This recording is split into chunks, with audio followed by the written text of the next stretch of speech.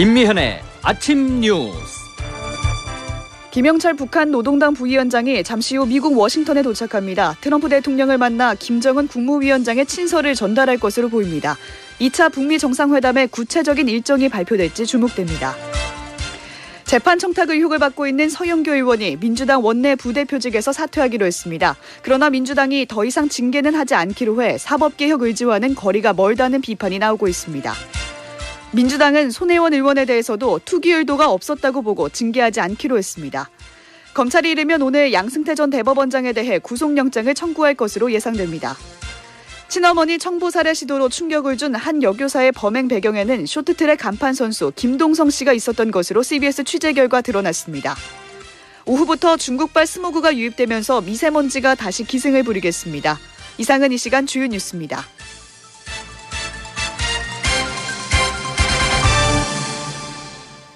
여러분 안녕하십니까? 1월 18일 CBS 아침 뉴스입니다. 김영철 북한 노동당 부위원장이 잠시 후 미국 워싱턴에 도착할 예정입니다. 폼페이오 국무장관과 고위급 회담을 갖는 데 이어서 트럼프 대통령을 만날 것으로 보여 2차 북미 정상회담의 구체적인 일정이 확정될지 관심이 집중되고 있습니다. 첫 소식 워싱턴에서 장규석 특파원이 보도합니다. 김영철 북한 노동당 부위원장 일행이 탄 유나이티드 항공편은 예정대로라면 미국 동부 시간으로 17일 오후 6시 50분, 우리 시간으로는 오늘 오전 8시 50분에 워싱턴 덜레스 국제공항에 도착할 예정입니다. 북한 고위 관리가 미국의 수도 워싱턴에 직항편으로 입성하는 것은 이번이 처음입니다. 또 워싱턴에서 숙박을 하는 것도 지난 2000년 10월 빌 클린턴 전 대통령을 만난 조명록 북한군 차수 이후 두 번째입니다. 김 부위원장이 어떤 동선으로 움직일지, 어느 숙소에 묵을지는 비밀로 유지되고 있는 상황이고 미 백악관이나 국무부도 일절 관련 언급을 내놓지 않고 있습니다. 하지만 이곳 미국 언론 보도를 종합해보면 김영철 부위원장은 마이크 폼페이오 미 국무장관을 만나 고위급 회담을 가진 뒤 백악관에서 트럼프 대통령을 직접 접견하고 김정은 국무위원장의 친서를 전달할 것으로 예상됩니다. 여기서 회담이 순조롭게 진행되면 2차 북미 정상회담의 구체적인 윤곽도 발표될 것이라는 예측도 나오고 있습니다. 워싱턴 포스트는 복수의 외교관들을 인용해 정상회담이 오는 3월 또는 4월에 베트남 다낭에서 열릴 것이라고 보도하기도 했습니다. 또 김 부위원장의 방미가 순조롭게 진행되면 지금 스웨덴에 가 있는 최선희 북한 외무성 부상과 미국의 스티븐 비건 대북정책 특별대표가 실무급 회담을 이어서 열 것이라는 예측도 나옵니다. 이에 따라 그동안 교착 상태에 빠져있던 북미 비핵화 협상이 돌파구를 찾을 것이라는 기대가 커지고 있는 상황인데요. 이런 가운데 트럼프 대통령은 오늘 미 국방부의 미사일 방어 전략 발표 행사에 참석해 미국은 어떤 미사일도 탐지해서 파괴할 수 있다고 강조했습니다. 미 국방부가 발간한 미사일 방어 검토 보고서에서도 북한의 미사일 능력은 특별한 위협이라고 명시해 김 부위원장의 방미를 목전에 두고 북한을 압박하기 위한 포석이라는 해석이 나오고 있습니다. 워싱턴에서 CBS 뉴스 장규석입니다. 민주당이 재판 청탁 의혹을 받고 있는 서영교 의원에 대해서 원내 수석 부대표직에서 사퇴시켰습니다. 재판 개입이라는 중대한 사안임에도 당직 사퇴에 그쳐서 솜방망이 처벌이라는 비판이 나오고 있습니다. 민주당은 또 손혜원 의원에 대해서는 투기가 아니라는 해명을 수용해 징계하지 않기로 했습니다. 김동빈 기자가 보도합니다. 민주당은 어제 오후 긴급최고위원회를 열어 서영교 의원이 원내수석 부대표직에서 자진 사퇴하기로 하고 손혜원 의원에 대해서는 투기가 아니라며 더 지켜보기로 했습니다. 민주당 이해식 대변인입니다. 추가기소공소장에 서영교 의원이 언급된 건과 관련해서는 서 의원이 수석 부대표 및 관련 상임위원 사임 의사를 밝혀왔고 이를 수용하였습니다. 하지만 서 의원의 경우 자진 사퇴라는 형식뿐 아니라 당원권 정지 등 징계가 아닌 원내 수석 부대표라는 직책에서만 사임하는 형식이어서 너무 약한 것 아니냐는 지적이 나옵니다. 서 의원은 당원의 아들이 정신적인 문제가 있어 선의로 도와주려고 했다. 대가는 없었다고 해명했지만 의원이 사법부의 재판 결과에 영향을 미치려 했다는 점에서 사안은 가볍지 않습니다. 게다가 법관 탄핵과 특별재판부 도입 등 민주당이 공세를 취하던 사법농단 관련 의혹이란 점에서도 당에 미치는 영향이 큰 사안입니다. 그럼에도 당직에서 자진해 물러나는 것으로 그친 것에 논란은 더욱 커질 수밖에 없습니다. 당은 또 부정부패 혐의나 5대 사회적 비위 혐의가 아닌 이상 당규상 공소장 내용만으로는 윤리심판위원회 회부가 어렵다는 입장을 해명하기도 했습니다. 하지만 과거 이재명 경기도지사나 김경수 경남도지사 또한 자진이긴 했지만 당원권 정지를 선언한 적이 있어 형평성 논란은 남습니다. 직접 판사를 만나 지인 아들의 혐의와 형량을 낮춰달라고 했다는 의혹에 대해 과연 가볍게 볼 수 있을지 민주당이 앞으로 어떤 판단을 내릴지 지켜볼 대목입니다. CBS 뉴스 김동빈입니다. 세 차례의 검찰 조사에 이어서 조서 검토까지 마친 양승태 전 대법원장에 대해서 검찰이 이르면 오늘 구속영장을 청구할 것으로 보입니다. 김기용 기자입니다. 양승태 전 대법원장은 어제 오전 검찰에 출석해 조사에서 진술한 내용이 제대로 기록됐는지 마지막 조서 열람을 진행했습니다. 앞서 서울중앙지검 수사팀은 양 전 대법원장을 피의자 신분으로 세 차례 소환해 사법농단 의혹 전반에 관한 입장을 들었습니다. 조사에서 양 전 대법원장은 기억이 나지 않는다거나 실무진들이 한 일이라며 혐의를 부인했습니다. 이에 검찰은 이르면 오늘 양 전 대법원장에 대한 구속영장을 청구할 방침입니다. 양 전 대법원장이 혐의를 부인하고 있는 상황에서 증거인멸의 우려가 있기 때문입니다. 양 전 대법원장은 조사와는 별개로 검찰에 2차례 출석해 오랜 시간 조서를 검토하는 등 향후 있을 재판을 사전에 꼼꼼히 준비하고 있는 것으로 전해집니다. 검찰은 동시에 지난해 말 영장이 기각된 박병대 고영한 전 대법관에 대한 영장 재청구도 함께 검토하고 있습니다. 임종원 전 법원행정처 차장의 구속으로 범죄 사실 중 상당 부분이 소명된 상황에서 양 전 대법원장과 두 전직 대법관의 혐의가 톱니바퀴처럼 맞물려 있어서입니다. 검찰이 이들에 대한 신병 처리 여부를 결정하면 지난해 6월부터 시작된 사법농단 수사가 7개월여 만에 마무리 단계에 접어들 것으로 보입니다. CBS 뉴스 김기용입니다. CBS는 최근 서울 강남의 한 중학교 여교사가 자신의 친어머니의 청부 살인을 시도했다는 사실을 단독 보도했습니다. 이 여성은 어머니와의 갈등이 범행 동기라고 주장했는데요. 그런데 범행의 배경에는 또 다른 내막 그리고 쇼트트랙의 간판 선수 김동성 씨가 있었던 것으로 드러났습니다. 김재환 기자가 단독 보도합니다. 어머니를 죽여달라며 청부살인을 의뢰했던 31살 교사 A씨는 지난해 4월 만난 한 남성과 내연관계를 맺었습니다. 바로 전 쇼트트랙 국가대표 김동성 씨. A씨는 스케이트 강습을 계기로 만난 김씨와 해외여행을 같이 갈 정도로 관계가 깊어졌습니다. 유부녀였던 A씨는 아내가 있던 김씨에게 1,000만 원이 넘는 시계 여러 점과 최고급 수입차 등 수억 원대의 선물을 건넸고 김씨도 여기 호응했습니다. 김동성 씨입니다. 그러니까 하나 주고 또 뭐 갖고 싶어 계속 물어봤어요. 나 뭐 시계 좋아하고 차 좋아하고 뭐 이래. 나 그러면은 어떤 시계 좋아하는데 뭐 어떤 차 좋아하는데 이렇게 얘기를 하는 거죠. 여기서 더 나가 A씨는 김씨와 함께 살 집을 알아보기까지 했는데 이때는 재력가인 어머니를 죽여달라며 살해를 의뢰한 시점이기도 합니다.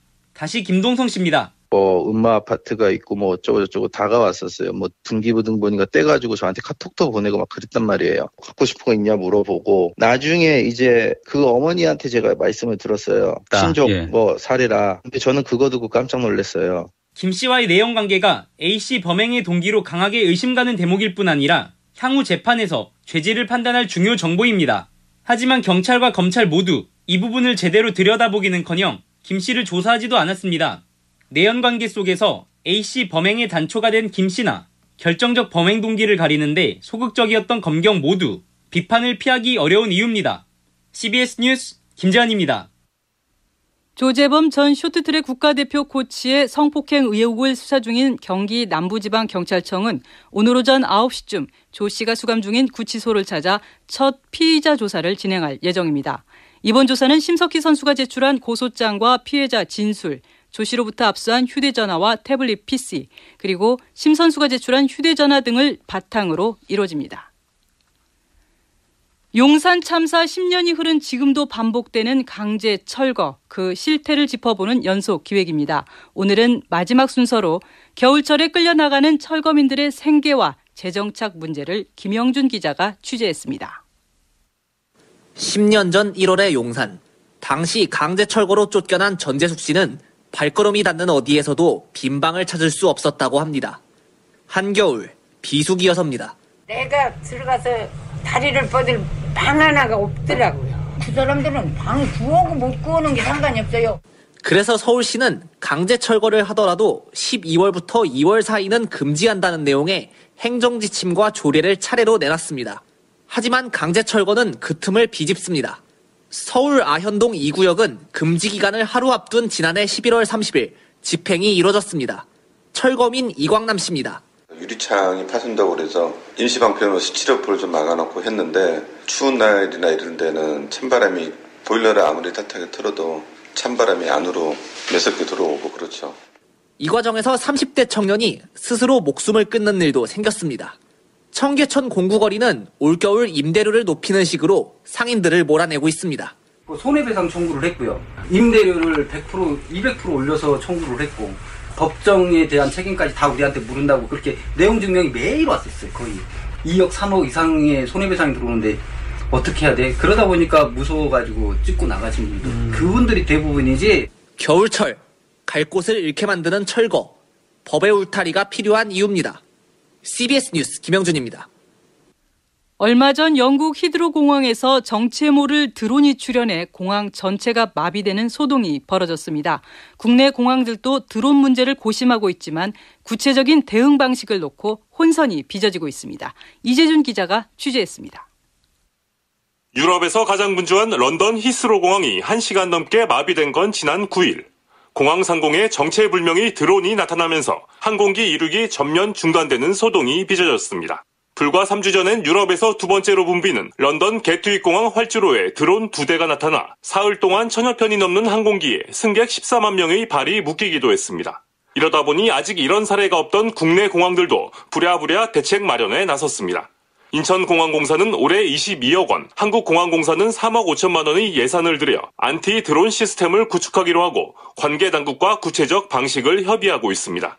당국은 일단 드론 탐지용 레이더망을 구축한 뒤 강한 전파를 쏴서 GPS 신호를 무력화시키는 일명 제밍 장비 도입에 무게를 두고 있습니다. 국토교통부 관계자입니다.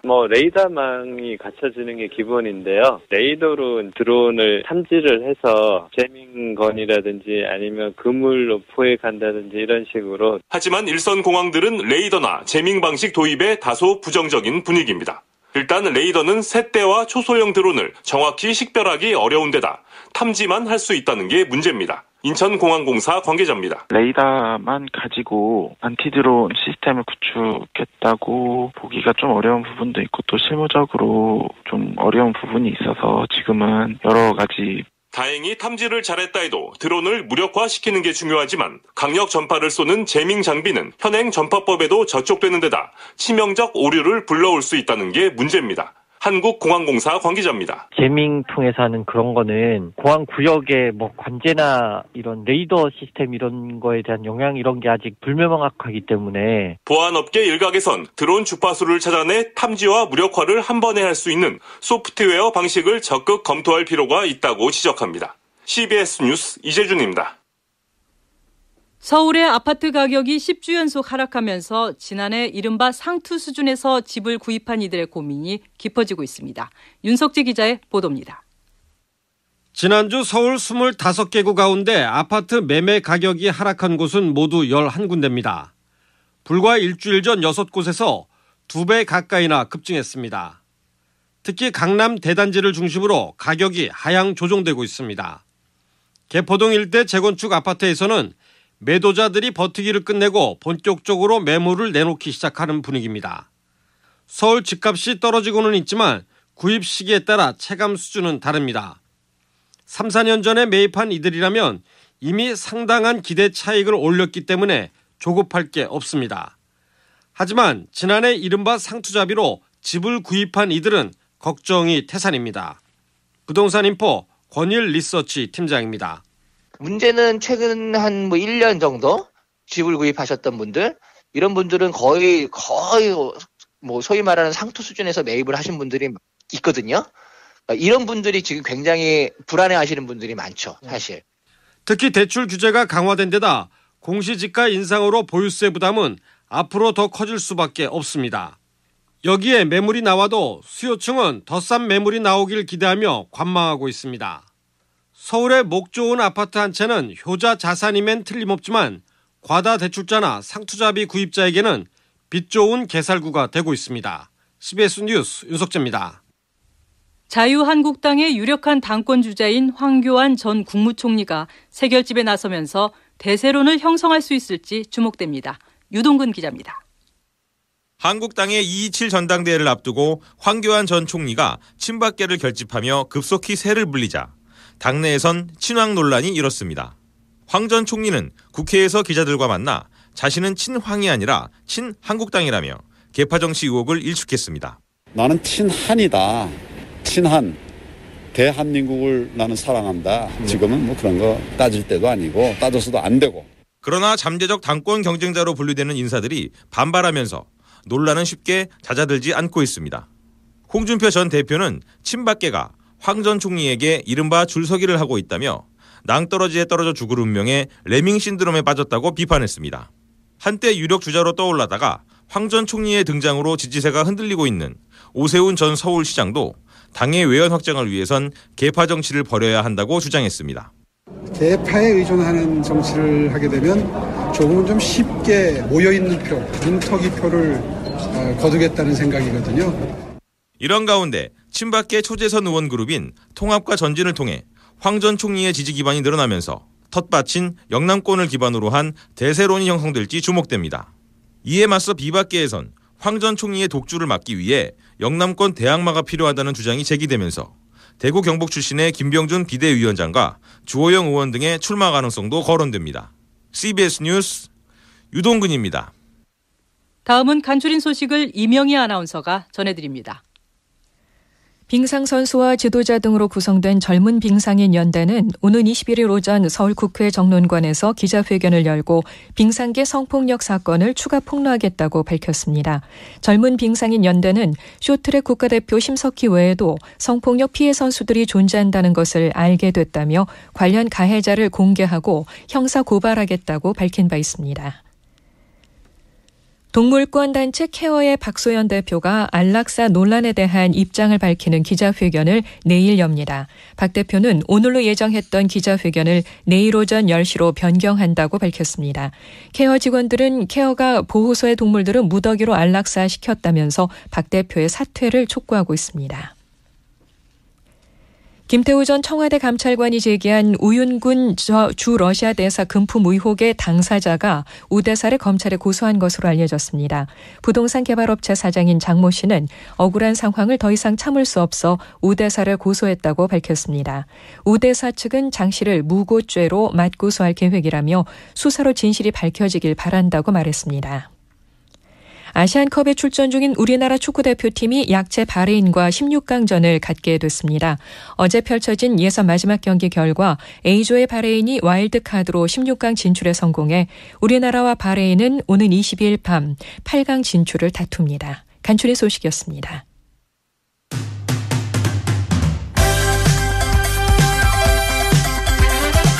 오늘의 뉴스픽.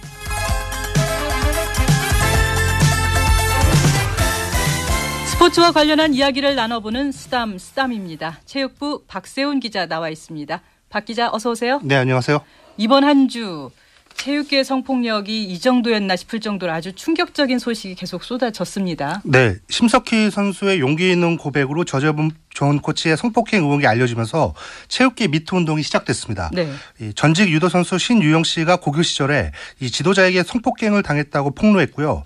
태권도협회 전직 임원과 고등학교 정구 종목의 지도자가 선수를 성폭행했다는 의혹도 불거졌습니다. 네, 스승과 제자의 관계로 불리는 이 지도자와 선수, 어떻게 이런 일이 벌어질 수 있는지 도저히 이해가 잘 되지 않습니다. 저는. 네, 그런데 체육계에서는 터질 것이 터졌다, 이런 반응이 주로 이릅니다. 네. 아주 오래전부터 많은 사람들이 우려했고 심지어 일부는 알고 있었지만 쉬쉬하고 넘어가다가 피해자들만 늘었거든요. 우리나라 체육이 성장하는 과정에서 쌓인 심각한 폐단입니다. 문재인 대통령이 올해 첫 수석 보좌관 회의에서 체육계의 구조를 개선하라고 요구했습니다. 시스템에서 비롯된 문제를 정확히 지적했는데요. 네. 직접 들어보시죠. 체육 분야의 성적 지상주의와 엘리트 체육 위주의 육성 방식에 대해서도 전면적으로 재검토되고 개선하는 계기가 되었으면 합니다. 사실 성적 지상주의에서 벗어나야 한다, 이런 지적은 예전에도 있었잖아요. 네, 그렇습니다. 이 올림픽 기간에 꼭 이런 장면 나옵니다. 금메달 결정전에서 패한 선수가 혹은 아깝게 메달을 놓친 선수가 국민을 언급하면서 죄송합니다 라고 사과하는 장면 본 적 있으시죠? 많이 봤죠. 정말 열심히 노력을 했는데 그 왜 사과를 해야 되는지 참 납득이 잘 안 되는 상황이죠. 예, 세계 2등이고 또 올림픽 아무나 나가는 무대 아니거든요. 그렇죠. 그런데 선수들은 미안해합니다. 이게 엘리트 체육과 성적 지상주의에 사로잡혔던 옛 세대로부터 그렇게 배운 겁니다. 이 목표를 이루지 못하면 그건 잘못된 거다. 그렇게 배운 겁니다. 네, 구체적으로 엘리트 체육의 육성 방식은 어떤 문제점을 갖고 있습니까? 네, 오랜 합숙 그리고 특정 지도자에게 권력이 집중되는 도제식의 훈련 시스템 여기서 파생되는 부작용이 너무 많습니다. 네. 합숙 시설은 지나치게 폐쇄적입니다. 그 안에서 벌어지는 일을 밖에서는 알기가 어렵습니다. 또 선수들은 지도자의 부당한 요구를 따를 수밖에 없는 것이 현실입니다. 일반적으로 어린 나이에 스케이트화를 신으면 평생 스케이트 선수로 삽니다. 성공을 위해 온갖 억압을 참고 버팁니다. 이 협회 임원이나 지도자들은 그런 현실을 누구보다 잘 알고 있거든요. 그래서 나쁜 짓을 해도 침묵할 것이라 이렇게 믿는 것이죠. 왜냐하면 그들도 그렇게 선수 생활을 했기 때문입니다. 바로 그래서 그 침묵의 카르텔을 깨야 한다 이런 목소리가 나오지 않습니까? 네, 그렇습니다. 우리 체육계는 그동안 너무 덮으려고만 했어요. 이 전직 유도 선수 신유영 씨가 미투 폭로에 나선 건 사실 작년이거든요. 네. 이 SNS에 폭로글을 올렸고 또 주위 동료들이 그 글을 공유했는데 그때 유도계 선배들은 어떻게 반응했을까요? 직접 들어보시죠. 네, 너 그걸 왜 공유해? 그게 이미지, 유독의 이미지를 다 훼손시키는 일이다라고 이야기를 해서 글을 내렸다고. 이렇게 가해자를 처벌하고 피해자를 위로하는 게 아니라 이 종목과 해당 단체 이미지에 더 신경을 쓴다는 겁니다. 네. 이건 분명히 정상으로 보기는 어렵습니다. 네, 정상이 아니죠. 구조적인 문제점이 참 심각해 보이는데요. 체육계의 입장은 어떻습니까? 네, 발등에 불이 떨어졌습니다. 문화체육관광부와 대한체육회 모두 긴급히 대책안을 내놓았습니다. 특히 이 모든 행정을 주관해야 되는 대한체육회 입장에 관심이 집중됐습니다. 이기영 대한체육회장은 지난 15일 이사회에 앞서 공식 입장을 밝혔습니다. 합숙소에 CCTV를 늘리겠다. 선수촌에 여성 부촌장을 고용하겠다. 성폭력 조사를 전적으로 외부 기관에 맡기겠다. 이런 다양한 쇄신안을 발표했습니다. 네, 물론 대책도 중요합니다. 하지만 결국은 실행 의지 아닐까요? 예, 이사회가 열린 날 조금은 고개를 갸우뚱거리게 하는 일이 있었습니다. 네, 어떤 일이죠? 예, 이기영 회장을 회의장 앞 복도에서 기다리는 사람들이 많았습니다. 네. 취재진은 100명 가까이 됐고요.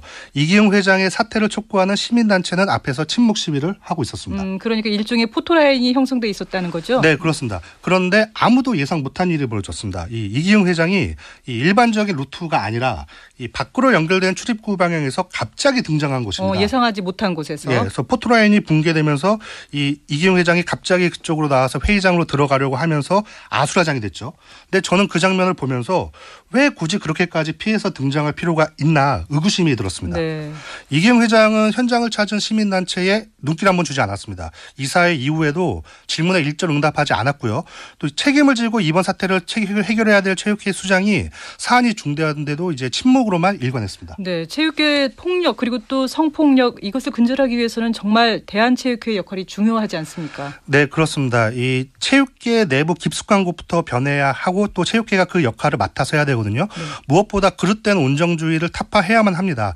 이 성적주의와 지상주의와 온정주의가 결합된 대표적인 사례가 이 전명규 전 대한빙상경기연맹 부회장을 둘러싼 논란이거든요. 네. 이 대표팀을 맡으면 성적은 확실히 나니까 강력한 권력을 행사할 수 있었고 또 최근에는 선수들의 폭로를 막기 위해 관계자들을 압박했다는 의혹이 드러나기도 했습니다. 성적 지상주의 그리고 온정주의가 결합된 사례거든요.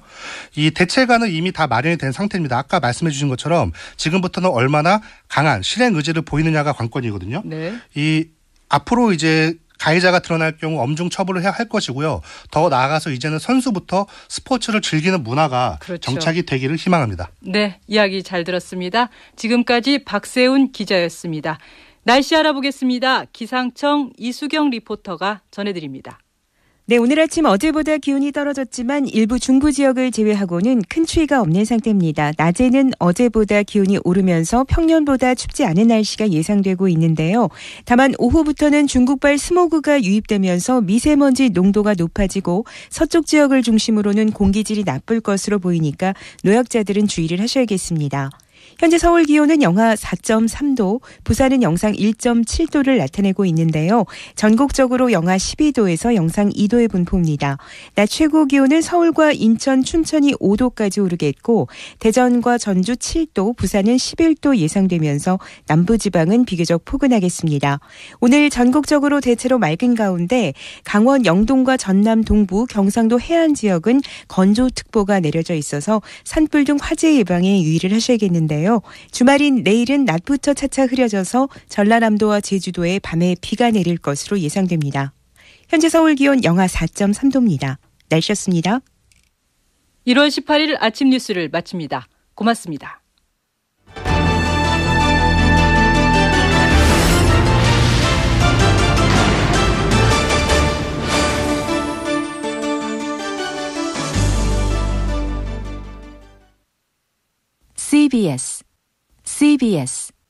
CBS